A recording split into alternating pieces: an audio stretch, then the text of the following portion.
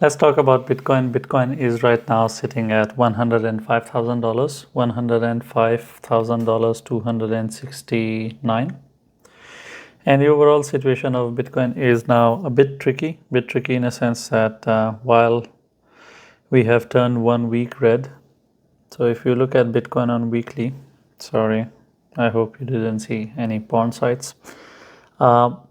We had one green week, then the second week turned red. So this week is basically, if you look at it, this candle is called bearish engulfing.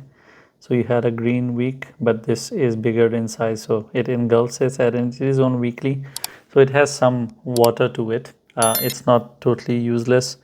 Candles, they are more and more reliable when they are on larger time frames. I actually shared a book on it in my community, but you can pretty much find a lot of content on it in internet.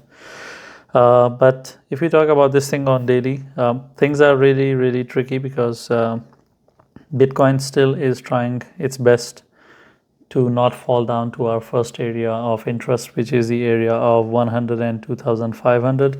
So far, we have only gone to 103,000. It has missed it by 500, to be very frank. If I'm not, being so obsessed with that area, a $500 miss is okay. Like I had obsession with $70,000. We dropped in Bitcoin towards $74,000 somewhere around 6th of April. So, I mean, Bitcoin does go to the areas that we are interested in, and it misses out by a little. If it had gone and hit the area, this is 102,500. So it missed it by a little because this is the rational support area for this overall structure, and then it pumped according to it. But right now over here, if it goes a little high and then turns around, it will end up creating one shoulder ahead, and it will create another shoulder. Then this will be a bearish structure.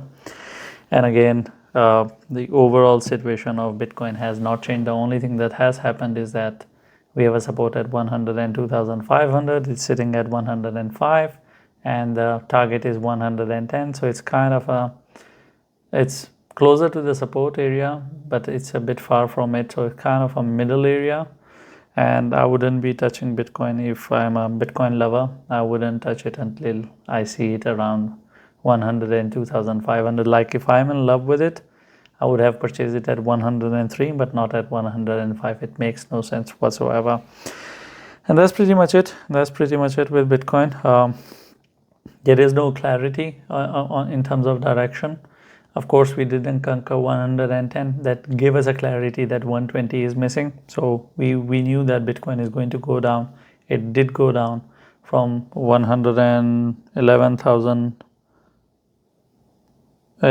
to all the way towards 103.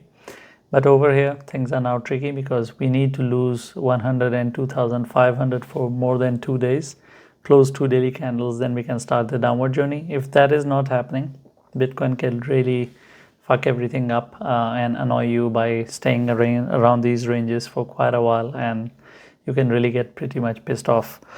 But I think that June is a good month, and there is some action right now already started in terms of Ukraine and Russia situation.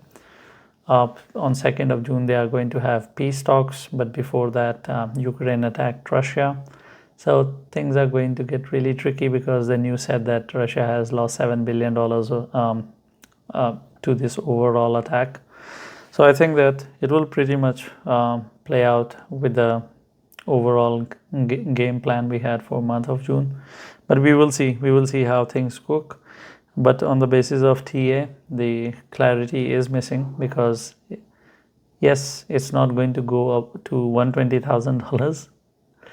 But over here, the only thing that you can aim for is 110. Why? Because it is holding 102,500.